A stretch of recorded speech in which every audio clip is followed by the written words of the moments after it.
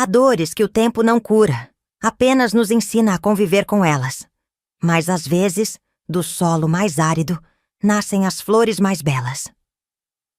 Meu nome é Bruna Santos Oliveira. Tenho 79 anos hoje. Mas esta história que vou contar aconteceu quando eu tinha apenas 23.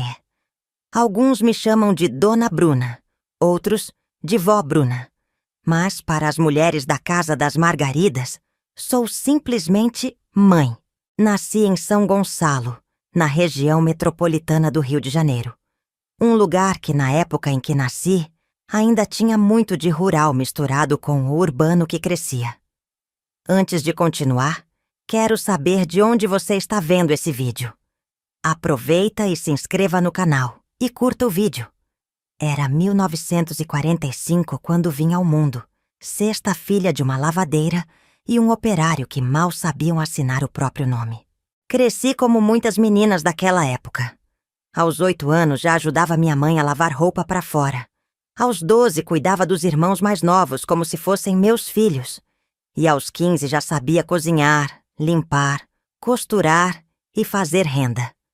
Estudei até a 3ª série apenas quando meu pai disse que mulher não precisa de muita letra, não. Precisa é saber cuidar de casa. Palavras que doíam, mas que naquela época eram como lei.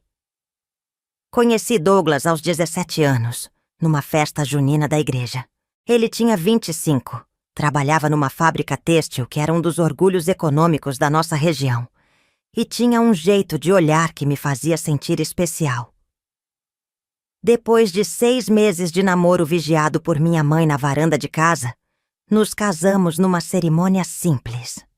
Lembro do meu vestido branco feito com tecido comprado, à prestação, e costurado por Dona Teresa, a melhor costureira da cidade. Nos primeiros meses de casamento, tudo era como um sonho. Douglas era trabalhador. Chegava em casa no horário certo. Me trazia pequenos presentes quando recebia o pagamento. Uma fita para o cabelo, um sabonete perfumado. Coisas simples que para mim valiam ouro. Nossa casa era pequena. Apenas 2 cômodos nos fundos da propriedade de seu Manuel. Mas eu mantinha tudo impecável, com cortinas de chita nas janelas e um vaso de flores sempre frescos na mesa. A primeira vez que vi o outro lado de Douglas foi quando queimei o feijão. Ele chegou cansado do trabalho, sentiu o cheiro e transformou-se em outra pessoa. Seus olhos ficaram diferentes, a voz mudou. Naquela noite aprendi que o sonho tinha partes escuras. É só o cansaço, eu dizia para mim mesma. Homem é assim mesmo. Repetiam as vizinhas quando viam minhas marcas. Era 1963 e mulher não tinha para onde correr. No ano seguinte, quando descobri que estava grávida, algo mudou. Douglas pareceu voltar a ser aquele homem da festa junina. Preparou com suas próprias mãos um berço de madeira. Pintou de azul mesmo antes de sabermos o sexo do bebê. Vai ser menino, tenho certeza, ele dizia com um sorriso. E estava certo. Diego Santos Oliveira nasceu numa noite quente de fevereiro de 1964, em casa mesmo, pelas mãos de Dona Sebastiana, a parteira do bairro. Um menino forte, de bochechas redondas e um choro potente, que, segundo a parteira, prometia muita saúde. Nós o chamávamos carinhosamente de Dieguinho. Ele foi crescendo como uma planta viçosa. Aprendeu a andar cedo, falava pelos cotovelos e tinha uma risada que parecia música. Esse menino vai longe, diziam os vizinhos. Douglas se transformava na presença do filho. Era outro homem, paciente, brincalhão, chegava do trabalho e ia direto pegar o menino no colo, contar histórias, ensinar pequenas coisas. Para Diego ele nunca levantava a voz. Comigo o comportamento ainda oscilava, mas as tempestades eram menos frequentes. O menino está acalmando o pai, pensava eu, cheia de esperança. Quando Diego completou 3 anos, minha mãe faleceu, vítima de um problema no coração que vinha se arrastando havia anos. Foi um golpe duro para toda a família. Minha irmã mais nova, Helena, que tinha então 16 anos, veio morar conosco. Era uma menina bonita, de cabelos compridos e olhos vivos, estudiosa, a única de nós que continuou na escola além do primário. Meu pai achava que ela tinha cabeça para os estudos e permitiu que seguisse até onde pudesse. Helena ajudava em casa enquanto eu fazia costuras para fora. Um dinheirinho extra que complementava o salário de Douglas. A vida seguia seu curso, com suas pequenas alegrias e dificuldades cotidianas. Morávamos agora numa casa um pouco maior, de 3 cômodos, que conseguimos alugar com a ajuda do patrão de Douglas. Tínhamos um quintal onde eu cultivava uma pequena horta, e Diego tinha espaço para correr e brincar com as outras crianças da vizinhança. Nas noites de sábado, nos reuníamos na praça do bairro para ouvir música no coreto, comer pipoca, deixar as crianças brincarem juntas. Era uma vida simples, mas que me parecia suficiente naquele momento. Até que chegou aquela terça-feira de julho de 1968. Uma data que ficou marcada em minha alma como se fosse escrita com ferro em brasa. O dia começou como qualquer outro. Acordei cedo, preparei o café de Douglas antes dele sair para o trabalho, arrumei Diego para brincar no quintal. Mas havia algo diferente no ar. Uma inquietação, um peso no peito que não me deixava respirar direito. É coisa da minha cabeça, pensei, tentando afastar aquele pressentimento. Por volta das 10 da manhã percebi que Diego, normalmente tão cheio de energia, estava quieto, sentado à sombra da jaqueira do quintal. Quando me aproximei, notei que suas bochechas estavam vermelhas, a testa quente como brasa. Febre alta, daquelas que fazem os olhos brilharem de um jeito que assusta. Levei-o para dentro, dei-lhe água, coloquei panos frios em sua testa como minha mãe me ensinara. É só uma febre de criança, logo passa. Eu dizia a mim mesma, querendo acreditar. Mas algo dentro de mim sabia que era diferente. Ele estava quente demais, quieto demais. Seus olhinhos normalmente tão vivos pareciam distantes, perdidos em algum lugar que eu não podia alcançar. Helena, que estava em casa naquele dia porque as aulas haviam sido suspensas por conta de uma reforma na escola, me ajudava a cuidar dele. Talvez devêssemos levar ele ao médico, ela sugeriu preocupada. Mas o médico mais próximo ficava em outro bairro, e nós não tínhamos carro. Precisaríamos pedir ajuda a algum vizinho, ou esperar que passasse o ônibus que tinha um horário tão irregular que nunca sabíamos quando viria. Vou até a casa de Dona Sebastiana pedir um remédio mais forte. Decidi por volta do meio-dia, quando a febre não cedeu mesmo com os panos frios e o chá de erva cidreira que eu havia preparado. Dona Sebastiana não era só parteira, era também curandeira. Conhecia as ervas, os chás, os ungüentos. Tinha curado muitas crianças da região com seus conhecimentos antigos. Helena, cuida do Diego para mim. Volto logo, é rapidinho, disse a minha irmã, que assentiu, sentada na beirada da cama, onde o menino descansava inquieto. Antes de sair, dei um beijo na testa quente do meu filho. A mamãe já volta com o remédio, meu amor. Vai ficar tudo bem. Não podia imaginar que aquelas seriam as últimas palavras que eu diria ao meu filho. O caminho até a casa de Dona Sebastiana não era longo. Cerca de 20 minutos a pé, pela rua de paralelepípedos que cortava nosso pequeno bairro. Mas naquele dia parecia que o mundo estava conspirando contra mim. Primeiro foi a chuva repentina que me obrigou a procurar abrigo debaixo de uma marquise por quase 10 minutos. Depois, descobri que Dona Sebastiana tinha ido até o centro da cidade comprar suprimentos e só voltaria no final da tarde. Sua nora, que tomava conta da casa na ausência da sogra, me ofereceu um xarope antigo que estava guardado. É bom para a febre de criança, garantiu. Peguei o remédio e voltei correndo para casa, o coração apertado, aquela sensação ruim aumentando a cada passo.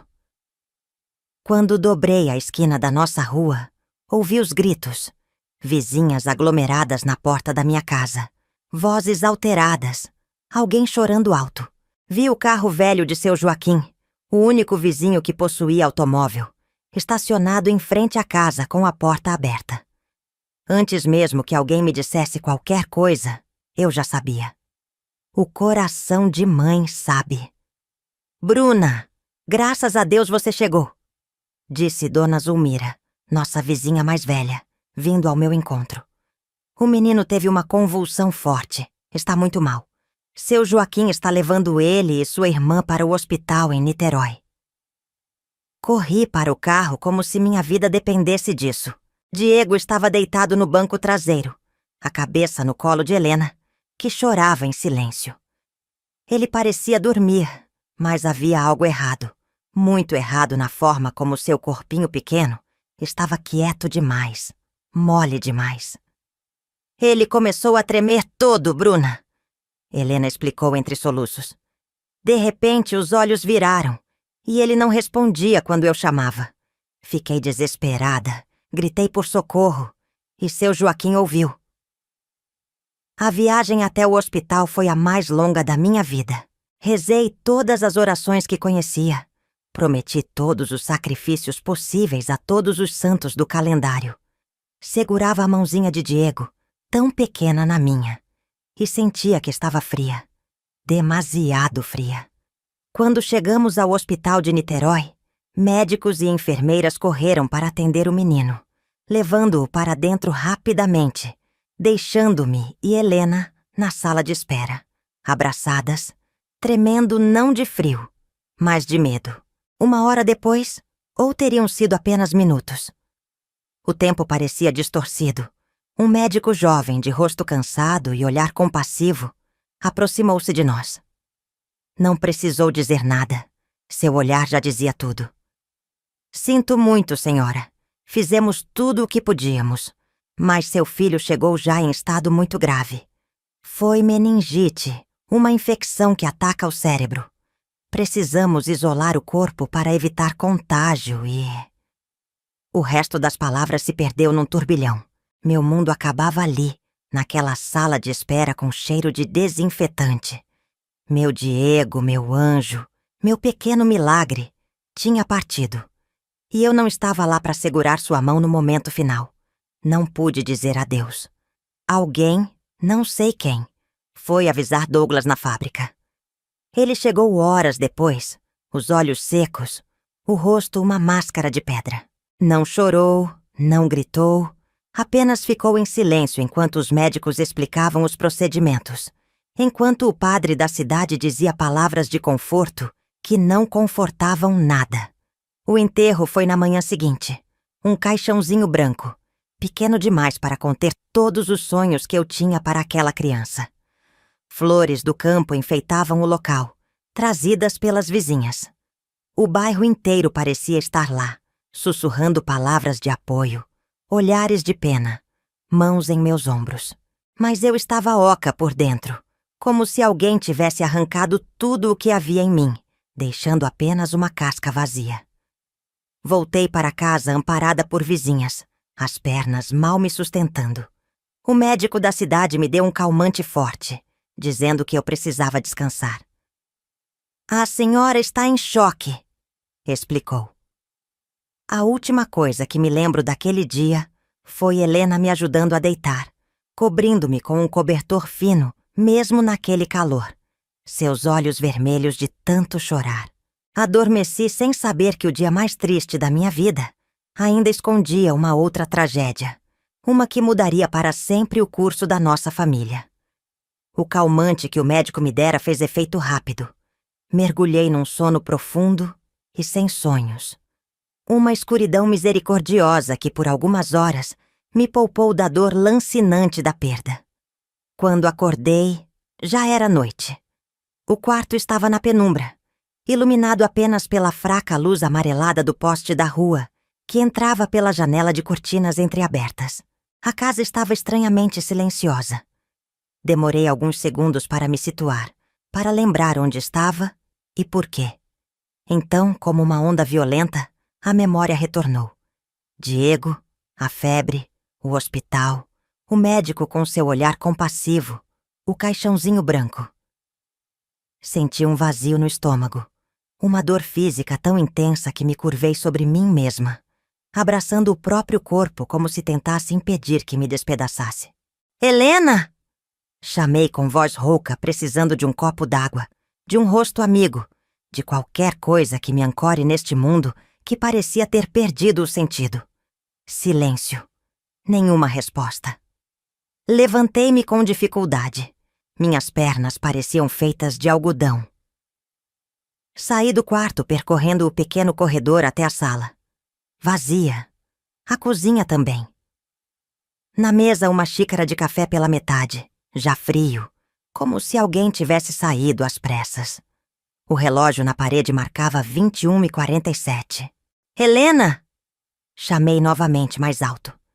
Talvez ela tivesse ido à casa de alguma vizinha, pedir comida emprestada ou buscar companhia. Não a culparia. Aquela casa tinha se tornado um mausoléu. Foi quando notei a porta dos fundos entreaberta, balançando levemente com a brisa noturna. Um arrepio percorreu minha espinha. Helena nunca deixava a porta aberta. Era cuidadosa demais para isso. Cruzei a pequena cozinha e saí para o quintal. O céu estava limpo, salpicado de estrelas. A lua cheia, iluminando tudo com sua luz prateada. Um contraste cruel com a escuridão que sentia por dentro. Helena! Uma movimentação na pequena edícula no fundo do quintal, onde guardávamos ferramentas e tralhas, chamou minha atenção. Um som abafado, como um gemido. Meu coração acelerou. Caminhei lentamente até lá, os pés descalços sobre a terra úmida do jardim. A porta da edícula estava entreaberta, uma fraca luz de lamparina escapando pelas frestas. Aproximei-me com cautela, um pressentimento ruim crescendo a cada passo. O mesmo pressentimento que tivera pela manhã, antes de sair para buscar remédio para Diego. Empurrei a porta devagar, e a cena que vi ficará para sempre gravada em minha memória, como uma fotografia cruel que nem o tempo consegue apagar. Douglas estava lá, de costas para a porta, sem camisa. Na frente dele, encostada contra a parede de madeira, estava Helena, minha irmã caçula. Seu rosto estava marcado por lágrimas, o vestido rasgado no ombro. Seus olhos, quando me viram na porta, encheram-se de um misto de vergonha e alívio que dilacerou meu coração. Bruna! Ela exclamou, sua voz tremendo. Douglas virou-se bruscamente. Seus olhos, aqueles que eu conhecia tão bem, estavam diferentes, vidrados, perdidos. O cheiro forte de cachaça emanava dele como uma aura tóxica. O que está acontecendo aqui? Perguntei, mesmo já sabendo a resposta, sentindo meu mundo desabar pela segunda vez naquele dia. Volta pra casa, Bruna, ele ordenou a voz pastosa. Isso não é da sua conta. É minha irmã, respondi, uma força que não sabia que ainda possuía, surgindo de algum lugar dentro de mim. É da minha conta, sim. Helena aproveitou a distração para se afastar dele, correndo para o meu lado. Seus braços estavam marcados por dedos, manchas vermelhas que certamente virariam hematomas no dia seguinte. Seu monstro, murmurei, abraçando Helena que tremia como uma folha assar ao vento. Nosso filho acabou de morrer. E você... Não consegui terminar a frase. Era impensável, inominável.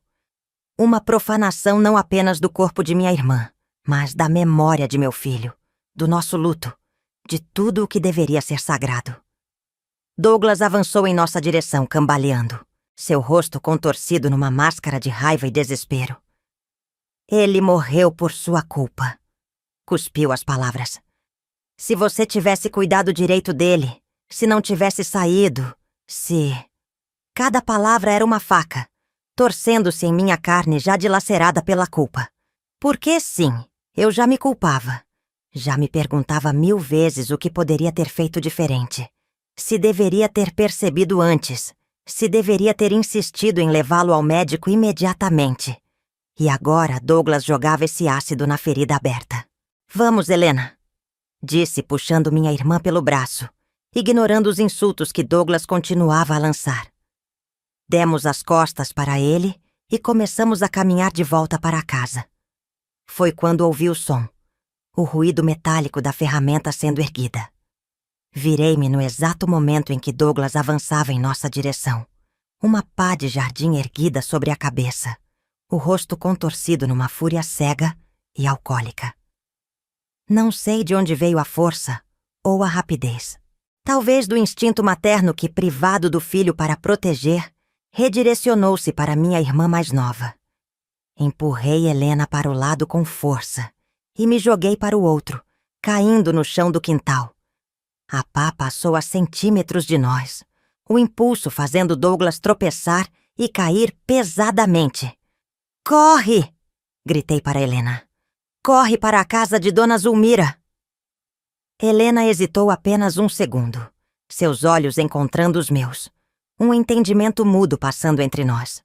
Então ela correu, seus pés descalços fazendo barulho mínimo na terra do quintal, a silhueta desaparecendo na escuridão além do portão dos fundos. Douglas se levantou, cambaleando ainda mais que antes, a queda parecendo ter intensificado sua embriaguez. Olhou para mim, caída no chão, e depois na direção em que Helena havia desaparecido. "Você vai pagar por isso", murmurou, e havia algo em sua voz que me gelou até o âmago. Não era apenas raiva, era uma promessa fria e calculada que penetrou além do álcool. Ele jogou a pá no chão e caminhou pesadamente até a casa, deixando-me ali, tremendo não de medo, mas de uma raiva que nunca havia sentido antes. Uma raiva que nascia das profundezas do luto, da traição, do horror de ver o homem que eu escolhera para compartilhar minha vida, revelando-se um monstro no momento em que mais precisávamos um do outro. Levantei-me devagar, sentindo dores em lugares que nem sabia que existiam. Física e emocional, a dor se misturava numa sinfonia de sofrimento. Caminhei até a casa, incerta do que faria, mas sabendo que não podia simplesmente fugir. Aquela era minha casa, construída com o meu suor, e eu acabara de perder meu filho. Não perderia meu lar também. Douglas estava na sala, sentado à mesa, a garrafa de cachaça à sua frente. Tinha colocado uma camisa como se aquilo pudesse apagar o que acabara de acontecer. Seus olhos me seguiram quando entrei, mas não disse nada. "Como pôde?" perguntei, minha voz mais firme do que esperava. "Como pôde fazer isso com ela? Com todos nós? No dia em que enterramos nosso filho?" Ele tomou um gole direto da garrafa antes de responder, o olhar perdido em algum ponto além de mim. "Ela parece tanto com você quando era mais jovem", disse finalmente, a voz distante. "Antes das preocupações, antes do menino, antes de tudo." Senti meu estômago revirar. Era nojento, doentio. Ele falava como se estivesse justificando, como se aquilo pudesse ser explicado, como se houvesse qualquer coisa que pudesse tornar aceitável o que tinha feito. "Você não vai mais tocar nela", disse cada palavra pesada como pedra. "Nunca mais." Douglas riu, um som áspero e sem humor que reverberou pelas paredes da pequena casa. "E quem vai me impedir? Você?" A pergunta pairou no ar entre nós, carregada de desafio e desprezo. Sim, quem iria impedi-lo? Em 1968, no Brasil, uma mulher praticamente não tinha direitos. A polícia raramente interferia em assuntos de família. As vizinhas, mesmo as mais próximas, diriam para aguentar calada, fazer vista grossa, manter a família unida. O desespero começou a corroer a raiva inicial. Que opções eu tinha? Para onde iria? Como sustentaria a mim e a Helena? Naquele momento, como resposta às minhas perguntas silenciosas, ouvi batidas na porta da frente, fortes, insistentes. Douglas ergueu os olhos, subitamente alerta, a embriaguez parecendo recuar um pouco. "Seu Douglas! Dona Bruna! Abram, por favor. Era a voz de seu antenor, o dono da venda na esquina, um homem respeitado no bairro. Olhei para Douglas, que parecia indeciso entre ignorar as batidas ou atender. Antes que ele pudesse decidir, caminhei até a porta e a abri. Lá estavam seu antenor, Dona Zulmira, e, para minha surpresa, o delegado Fontes, que raramente era visto em nosso bairro. Dona Bruna, começou o delegado, seu bigode espesso movendo-se enquanto falava. Sua irmã está na delegacia. Ela nos contou uma história muito séria sobre seu marido. Precisamos que a senhora venha conosco. Por trás de mim, ouvi Douglas se levantar abruptamente, a cadeira raspando no chão da cozinha. Que história! Que mentira essa menina contou! Ele demandou, a voz assumindo aquele tom autoritário que guardava para quando queria impor respeito fora de casa. O delegado Fontes nem se dignou a olhar para ele, mantendo os olhos fixos em mim. A senhora quer pegar algumas coisas? Para a senhora e para a menina? Percebi num lampejo de clareza o que estava acontecendo. Helena havia denunciado Douglas e, contra todas as probabilidades, alguém havia acreditado nela. Talvez fosse o clima político do momento, com os jornais noticiando crimes bárbaros todos os dias para justificar o endurecimento do regime. Talvez fosse porque o delegado Fontes tinha uma filha da idade de Helena. Ou talvez, apenas talvez, o mundo estivesse lentamente começando a mudar. Sim, respondi sentindo um nó na garganta. Só um momento. Virei-me para voltar ao quarto, passando por Douglas, que parecia atordoado, como se não conseguisse acreditar no que estava acontecendo. Nossos olhos se encontraram por um breve instante, e o que vi ali não foi arrependimento, mas uma raiva fria e controlada. Uma promessa silenciosa. Entrei no pequeno quarto que dividíamos. O quarto onde até aquela manhã eu acreditava ter construído uma vida. Com movimentos rápidos, peguei uma trouxa de roupa, algumas fotos, os poucos documentos importantes que tínhamos. Hesitei na porta, olhando para a cômoda onde guardava a única foto que tínhamos de Diego, tirada no dia de seu batizado. Voltei, peguei a foto e a coloquei cuidadosamente entre as roupas na trouxa. Era o que me restava dele agora. Um pedaço de papel com sua imagem congelada no tempo, sorrindo sem saber o que o futuro reservava. Quando voltei à sala, Douglas estava parado no meio do cômodo, os punhos cerrados, encarando-me o delegado, que mantinha uma mão discretamente pousada sobre o coldre de sua arma. Isso não vai ficar assim, Douglas disse, sem olhar para mim. Essa casa é minha. Tudo aqui é meu. A lei vai decidir isso, respondeu o delegado Fontes, com uma calma surpreendente. Agora vamos, Dona Bruna. Saí pela porta sem olhar para trás, a trouxa de roupas firmemente agarrada contra o peito, como se fosse um escudo. O ar da noite parecia mais leve de repente, apesar do peso esmagador do luto pelo meu filho, apesar da traição, apesar do futuro incerto que se abria à minha frente. No carro do delegado, a caminho da delegacia, pensei em Helena, tão jovem, tão corajosa. Pensei em Diego, que nunca cresceria, nunca conheceria a vida além daqueles 4 anos que lhe foram concedidos.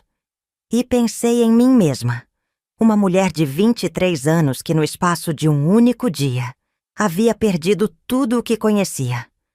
Mas enquanto as luzes da cidade passavam pela janela do carro, senti algo inesperado surgindo em meio à desolação. Um pequeno e frágil broto de determinação. Ainda não sabia como, mas de alguma forma, a partir daquela noite trágica, eu encontraria um caminho para reconstruir nossa vida. Por Helena, por Diego, por mim. O que eu não sabia, enquanto o carro avançava pela noite, era que aquela promessa silenciosa nos olhos de Douglas, aquela ameaça não verbalizada, era apenas o começo de um longo e tortuoso caminho que eu teria que percorrer antes de finalmente encontrar a paz. A delegacia de Niterói era um prédio antigo, de paredes descascadas e um ventilador de teto que girava preguiçosamente, deslocando o ar quente sem realmente refrescá-lo. Helena estava sentada num banco de madeira no canto da sala, os olhos vermelhos fixos no chão de ladrilhos gastos. Quando me viu entrar, levantou-se num pulo e correu para meus braços, soluçando como a menina que, apesar de seus 16 anos, ainda era. "Me perdoa, Bruna", ela murmurou entre lágrimas. "Eu devia ter gritado, devia ter fugido antes, devia..." "Shh!" Acalmei-a, acariciando seus cabelos.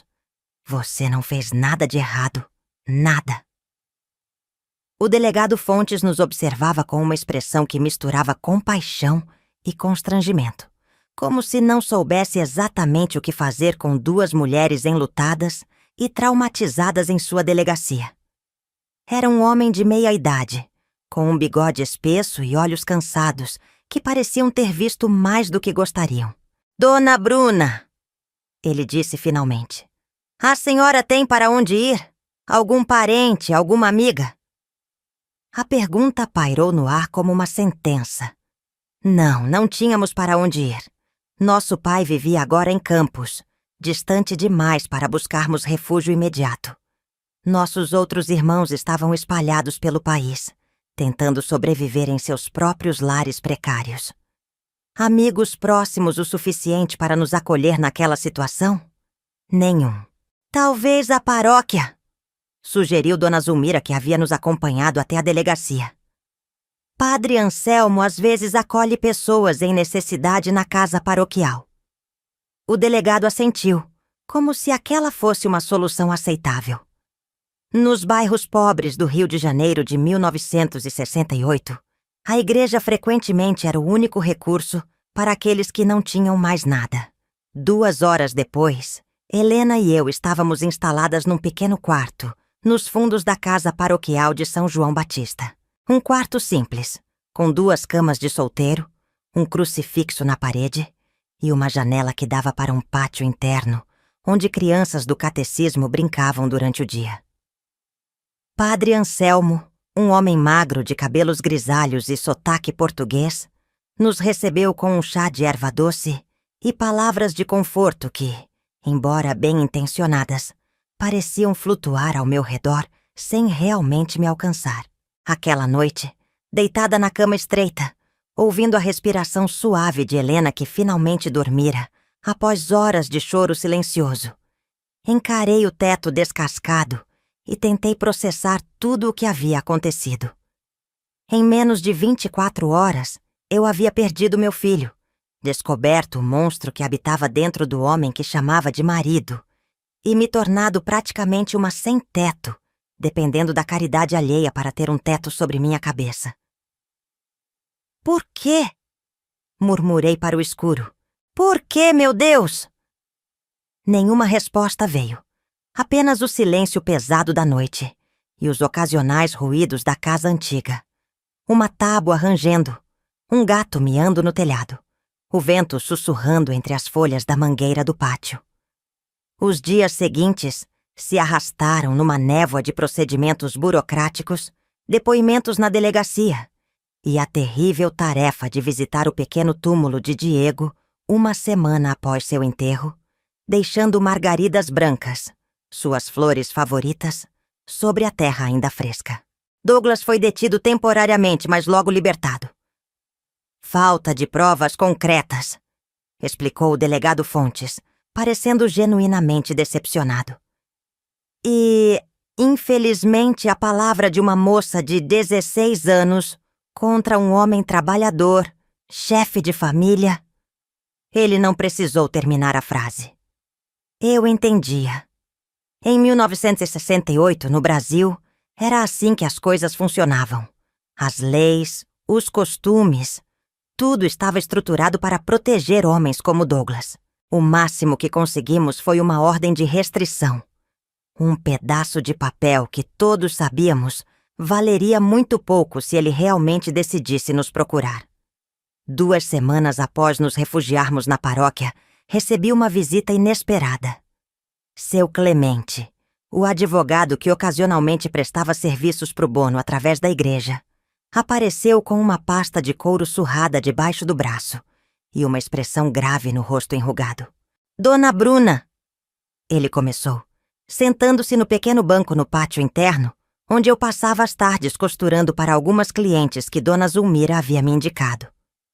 "Receio trazer notícias que podem ser difíceis." Meu coração acelerou. Douglas havia feito algo? Estava nos procurando? Seu marido, ex-marido, corrigiu-se rapidamente notando minha expressão. Vendeu a casa. Tudo aconteceu muito rápido. Um comprador de São Gonçalo, papéis assinados ontem mesmo. Senti como se o chão tivesse desaparecido sob meus pés. Nossa casa, pequena, simples, mas nossa, vendida sem meu conhecimento ou consentimento. Em 1968, isso era perfeitamente legal. A casa estava no nome dele, como praticamente todos os bens do casal. Eu não tinha direitos legais sobre nada, mesmo tendo ajudado a pagar cada tijolo com meu trabalho de costura. "Ele vai deixar a cidade", continuou seu Clemente. "Aceitou um trabalho em São Paulo. Parte amanhã, pelo que soube." Um misto confuso de emoções me invadiu. Alívio por saber que ele estaria longe. Raiva por ter sido despojada de tudo o que construímos juntos. E uma tristeza profunda pelo que poderia ter sido, pela vida que imaginei ter, quando me casei com aquele homem que um dia pensei conhecer. "Tem mais uma coisa", disse seu Clemente hesitante. "Ele deixou uma mensagem para a senhora." Estendeu um envelope dobrado, já um pouco amassado nas bordas. Com dedos trêmulos, abri o envelope. Dentro, um pedaço de papel com apenas uma linha, escrita naquela caligrafia irregular que eu conhecia tão bem. "Um dia, quando menos esperarem, voltarei para acertar nossas contas." Um arrepio percorreu minha espinha. Não era apenas uma ameaça. Era uma promessa. Conhecia Douglas bem o suficiente para saber que ele era um homem que guardava rancor, como outros guardavam tesouros, alimentando-o ao longo dos anos até que explodisse em violência. "Ela não pode ver isso", disse, referindo-me a Helena, dobrando o papel e guardando-o no bolso do avental. "Ela finalmente está começando a dormir sem pesadelos." Seu Clemente assentiu, compreensivo. "A polícia foi informada. Eles manterão um olho, mas..." Novamente a frase inacabada que dizia tudo. A polícia tinha preocupações maiores em 1968. Manifestações estudantis, a crescente resistência ao regime militar, crimes considerados reais. 2 mulheres ameaçadas por um homem que agora estava a centenas de quilômetros de distância. Não seria prioridade. Aquela noite, depois que Helena adormeceu, sentei-me na pequena escrivaninha do quarto, iluminada apenas por uma vela. Economizávamos eletricidade na casa paroquial. E escrevi em um caderno surrado o que seria o começo de meu diário dos próximos anos.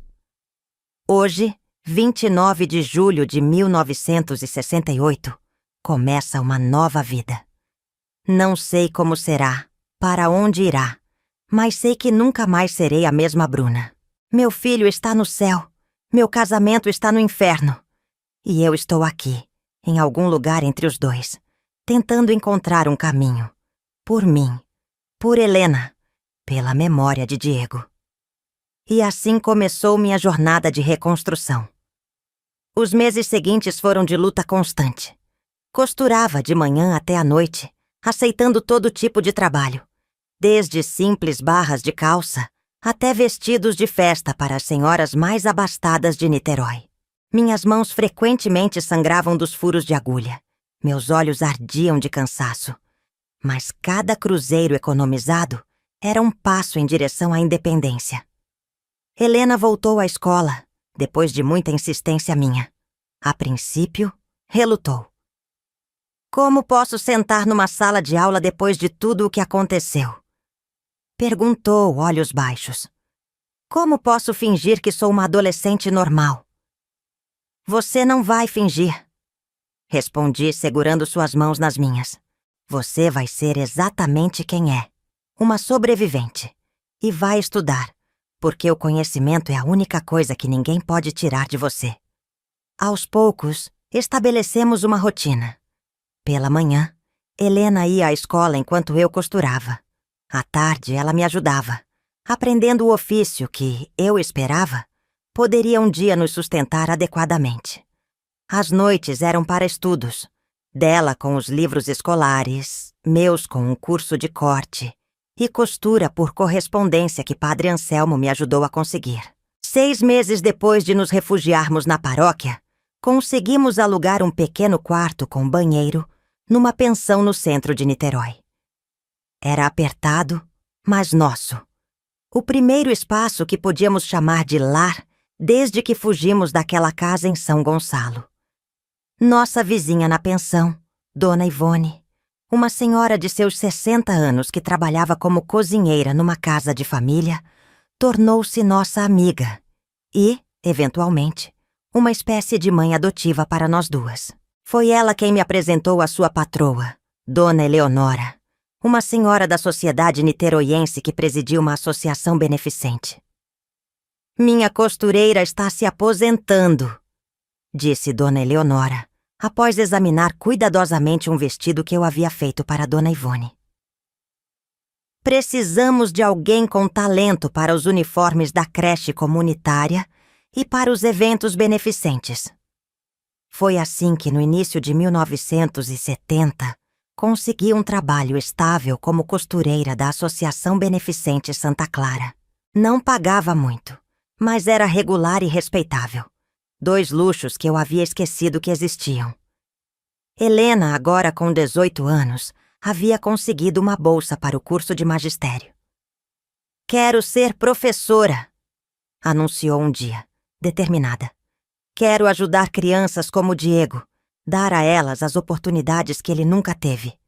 A menção ao nome de meu filho ainda causava uma contração dolorosa em meu peito, mas agora vinha acompanhada de um estranho orgulho. Seu breve tempo conosco continuava inspirando coisas boas, mesmo após sua partida. A vida seguia, um dia após o outro. Não era a vida que sonhei na juventude, mas era nossa, construída com dignidade a partir dos escombros de uma tragédia dupla. Evitávamos São Gonçalo e qualquer lugar onde pudéssemos encontrar conhecidos de Douglas. A ameaça em seu bilhete, embora nunca mencionada entre nós, pairava como uma sombra nos cantos de nossa mente. Em 1971, quando a ditadura militar no Brasil estava em seu auge, com desaparecimentos e torturas que todos conheciam, mas poucos ousavam mencionar, recebemos a notícia que mudaria novamente o curso de nossas vidas. Douglas morreu, disse Padre Anselmo, que mantinha contato conosco mesmo após termos deixado a casa paroquial. Um acidente na fábrica em São Paulo. Foi instantâneo, pelo que soube. Sentei-me, minhas pernas subitamente fracas demais para me sustentar. Não senti alegria nem tristeza, apenas um estranho vazio, como se um capítulo importante estivesse finalmente sendo encerrado. Tem certeza? Perguntei, pensando na promessa daquele bilhete. Absoluta, confirmou o padre. O corpo já foi enterrado pela família dele lá em São Paulo. Naquela noite, Helena e eu acendemos uma vela. Não por Douglas, embora eu tenha murmurado uma rápida oração por sua alma, mais por hábito do que por sentimento, mas por nós mesmas, pela liberdade de finalmente poder respirar, sem olhar constantemente por cima do ombro. E agora? Perguntou Helena, observando a chama dançar. Agora! Respondi, sentindo uma determinação renovada crescer dentro de mim. Nós realmente recomeçamos. Mal sabia eu que o verdadeiro recomeço ainda estava por vir, e que os anos de silêncio escondiam segredos que só muito mais tarde eu viria a descobrir. Segredos que testariam novamente minha capacidade de perdoar e seguir em frente. Os anos seguintes à notícia da morte de Douglas foram como respirar novamente após muito tempo submersa. Uma sensação estranha, dolorosa e libertadora ao mesmo tempo. Mudamos para um pequeno apartamento no bairro do Barreto, em Niterói, alugando um espaço que servia tanto de moradia quanto de ateliê para minha crescente clientela. Helena se formou no magistério em 1972, aos 20 anos, sendo a oradora da turma. Sentada na plateia daquela cerimônia simples, numa escola municipal decorada com bandeirinhas de papel crepom, senti um orgulho que mal cabia no peito. Minha irmãzinha? Não. A jovem mulher forte e determinada em que ela se transformara estava vencendo apesar de tudo, escrevendo sua própria história. Esta conquista é nossa, ela disse aquela noite, segurando o diploma como se fosse um tesouro. Sua, minha e de Diego. Nós ainda falávamos dele, meu pequeno anjo. Não todos os dias, mas em momentos especiais, em aniversários, em conquistas. Era nossa forma de mantê-lo presente, de dar sentido à sua breve passagem por nossas vidas. Em 1973, uma oportunidade inesperada bateu à nossa porta. Dona Eleonora, minha patroa na Associação Beneficente, anunciou que precisava fechar sua tradicional casa de costuras no centro de Niterói. Meu marido está doente. Vamos nos mudar para o sul, explicou, o rosto normalmente austero suavizado pela preocupação. Pensei em você, Bruna. Você tem talento, conhece as clientes e elas confiam em você. O que ela propunha era uma loucura, que eu assumisse o espaço, o nome, os compromissos. Eu, uma mulher de 28 anos sem estudo formal, que começara costurando em um quartinho nos fundos de uma igreja. Mas Dona Eleonora acreditava em mim mais do que eu mesma. Posso ajudar com um empréstimo inicial, ofereceu. Você me paga quando puder. Sei que vai dar certo. Numa época em que bancos raramente concediam crédito a mulheres solteiras, aquela oferta era como um milagre. Helena, agora lecionando numa escola primária municipal, apoiou-me entusiasticamente. É o seu momento, Bruna, disse, seus olhos brilhando com uma certeza que me contagiou. Você merece isso. Nós merecemos. Assim nasceu o Ateliê Renascer, nome escolhido não à toa. As primeiras semanas foram de terror e dúvida. Acordava no meio da noite, suando frio, certa de que havia cometido o maior erro da minha vida. Mas aos poucos, cliente após cliente, vestido após vestido, a confiança cresceu. Helena ajudava nas contas, nas compras de material, até mesmo nas provas quando sua agenda escolar permitia. Por volta de 1975, o ateliê já estava estabelecido, com 2 costureiras trabalhando comigo e uma pequena mas fiel clientela. Foi quando Helena me apresentou Paulo, um colega professor recém-chegado do interior de São Paulo. Um homem tranquilo, de fala mansa e sorriso fácil, que a olhava como se ela fosse a resposta para uma pergunta que ele carregava a vida toda. Ele sabe, Helena me disse numa noite, depois que ele a trouxera em casa após um cinema. Contei tudo a ele, sobre Douglas, sobre aquela noite, tudo. Senti um arrepio. Em todos aqueles anos, Helena raramente falava daquela noite. Havíamos construído uma fortaleza de silêncio ao redor daquela memória, protegendo-nos como podíamos. E o que ele disse? Perguntei temerosa. Ele chorou, Bruna. Ela respondeu com um olhar de assombro. Chorou e disse que eu sou a pessoa mais corajosa que ele já conheceu. 6 meses depois, eles estavam noivos. O casamento foi simples. Uma cerimônia na matriz de São Lourenço, seguida de uma pequena recepção no salão paroquial. Eu costurei seu vestido durante semanas, colocando naquele tecido branco todos os sonhos que tinha para ela, toda a felicidade que eu desejava que encontrasse. Tem certeza que vai ficar bem sozinha? Helena perguntou na véspera de se mudar para o apartamento que dividiria com Paulo, não muito longe do meu.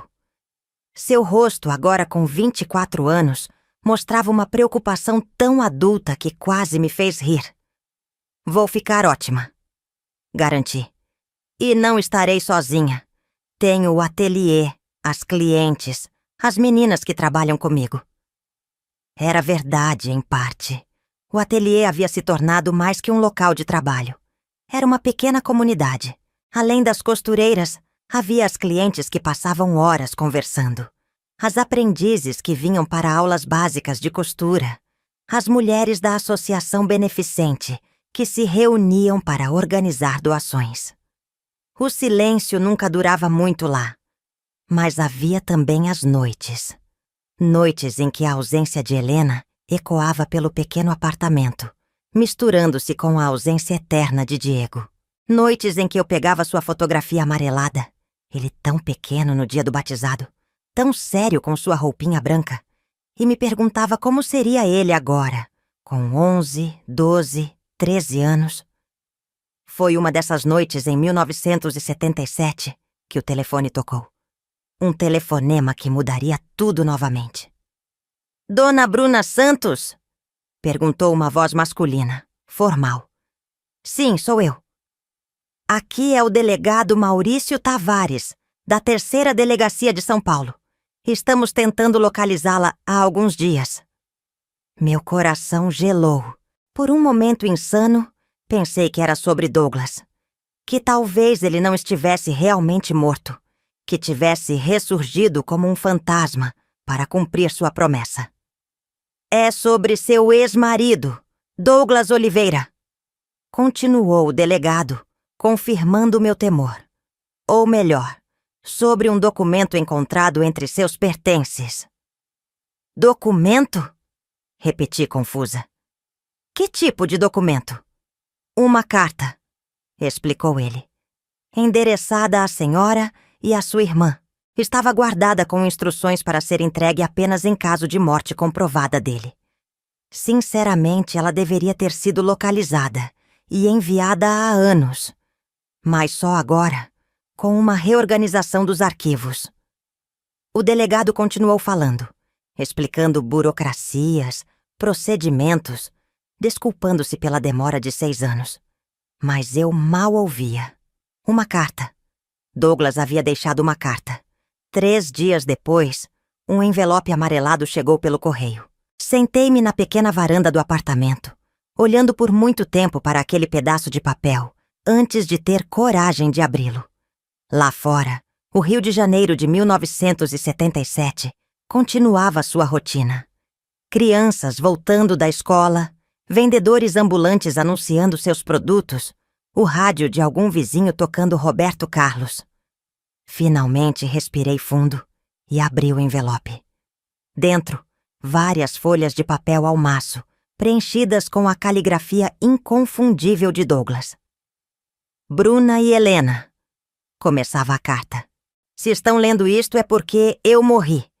E se morri, posso finalmente dizer o que nunca tive coragem em vida, que sinto muito. Mais do que palavras podem expressar. Li e reli aquelas primeiras linhas, incapaz de acreditar. Douglas, o homem que havia ameaçado voltar para acertar contas, que havia destruído nossa família, que havia sido o autor de tanto sofrimento, estava pedindo perdão? A carta continuava, várias páginas de confissão. Ele falava sobre a infância violenta, o pai alcoólatra que o espancava, os demônios que carregava dentro de si e nunca soube como enfrentar. Falava sobre o desespero após a morte de Diego, como havia se afogado na bebida e se tornado o monstro que sempre temeu ser. Falava sobre São Paulo, sobre um grupo de apoio que havia encontrado através de um colega de fábrica, sobre o processo doloroso de reconhecer seus erros. Sei que não mereço perdão, dizia a carta nas últimas linhas. Sei que palavras escritas não podem desfazer o mal que causei.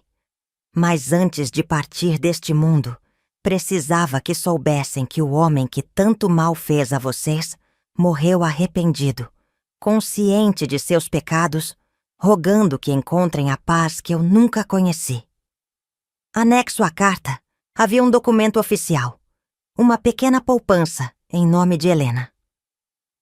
Não é muito, explicava Douglas, mas é tudo o que consegui economizar. Talvez possa ajudar de alguma forma, ser um pequeno gesto de reparação pelo irreparável. Sentada naquela varanda com o sol poente lançando sombras alongadas pelo chão, chorei como não chorava há anos. Não por Douglas, embora houvesse uma compaixão inesperada pela alma atormentada que ele revelava ser. Chorei pelo ciclo de violência que ele descrevia, passado de pai para filho, como uma maldição. Chorei por Diego, que poderia ter crescido naquele ambiente tóxico. Chorei por Helena, tão jovem quando enfrentou o horror. E chorei por mim mesma, pela mulher que eu era, pela mulher que me tornei, pela longa jornada entre uma e outra. Quando as lágrimas secaram, senti algo estranho. Um peso sendo erguido, como se o último laço que me prendia ao passado tivesse finalmente se rompido. Não era perdão exatamente. Era algo mais complexo. Um reconhecimento da humanidade quebrada de Douglas, da tragédia que se desenrolou por tantas vidas, incluindo a dele. Liguei para Helena naquela noite. Seu primeiro filho tinha acabado de nascer. Um menino que, num ato de coragem que me surpreendeu, ela nomeara Diego em homenagem ao sobrinho que nunca conheceu. Recebi uma carta. Comecei, hesitante. De Douglas. O silêncio do outro lado da linha era pesado de significado. Quando finalmente falou, sua voz estava controlada, adulta, tão diferente da adolescente assustada que uma vez fugiu na noite. Quero ler, ela disse simplesmente. Não hoje nem amanhã, mas quando estiver pronta. 2 dias depois, ela veio ao apartamento deixando-se o bebê com Paulo. Sentamo-nos lado a lado no sofá desgastado, e ela leu a carta em silêncio, lágrimas ocasionais escorrendo pelo rosto, agora amadurecido. O que você acha? Perguntei quando ela terminou a leitura, dobrando cuidadosamente as folhas de volta ao envelope. Helena olhou pela janela por um longo momento, antes de responder. Acho que ele era um homem doente e quebrado, disse finalmente. Um homem que fez coisas terríveis, imperdoáveis. Mas também acho que... Ela hesitou buscando as palavras certas. Que essa carta não é realmente sobre ele. É sobre nós. Sobre não deixarmos que o ódio e o medo continuem definindo quem somos. Olhei para minha irmã, tão sábia além de seus anos, e percebi que ela estava certa. O ciclo de dor que começara muito antes de nós, com o pai de Douglas, com a sociedade que ensinava homens a engolir sentimentos até explodirem em violência, com as estruturas que silenciavam mulheres. Esse ciclo poderia terminar conosco, não através do esquecimento, mas através da transformação. Na semana seguinte, usando o dinheiro da poupança que Douglas deixara, que Helena insistiu que eu aceitasse, demos os primeiros passos para o que se tornaria a Casa das Margaridas. No início, era apenas uma sala nos fundos do ateliê, onde oferecíamos aulas gratuitas de costura para mulheres em situação de vulnerabilidade. Mulheres como eu havia sido, sem recursos, sem apoio, buscando reconstruir a vida. Aos poucos, o projeto cresceu. Helena trazia seu conhecimento pedagógico, organizando aulas de alfabetização. Paulo, seu marido, trouxe outros professores voluntários. Clientes do ateliê, muitas delas mulheres influentes de Niterói, começaram a fazer doações, indicar advogados que poderiam oferecer assistência gratuita, médicos que atenderiam emergências. Em 1982, quando o regime militar finalmente mostrava sinais de enfraquecimento e o Brasil começava a sonhar com a democracia novamente, a Casa das Margaridas foi oficialmente inaugurada num pequeno sobrado próximo ao ateliê. Um abrigo temporário para mulheres e crianças em situação de violência doméstica. um centro de formação, um espaço de acolhimento. No dia da inauguração, uma mulher se aproximou de mim. Era Dona Sebastiana, a antiga parteira e curandeira do bairro onde vivemos. Agora uma senhora de cabelos completamente brancos e rosto marcado por décadas de vida dura. "Eu me lembro do seu menino", ela disse, segurando minhas mãos entre as suas, calejadas de tanto trabalho. "Ele nasceu sorrindo, sabia? Isso é raro. Os antigos diziam que crianças que nascem assim têm uma missão especial neste mundo." Senti lágrimas queimando meus olhos. Que missão poderia ter uma criança que viveu apenas 4 anos? Dona Sebastiana olhou ao redor, para a casa das Margaridas cheia de vida, de esperança, de possibilidades. "Talvez esta", ela respondeu suavemente. "Talvez ele tenha vindo para plantar uma semente que só agora está florescendo."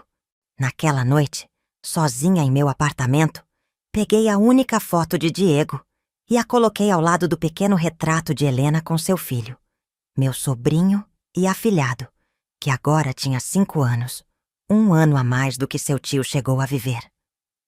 "Vê, meu filho?" sussurrei para a fotografia amarelada pelo tempo.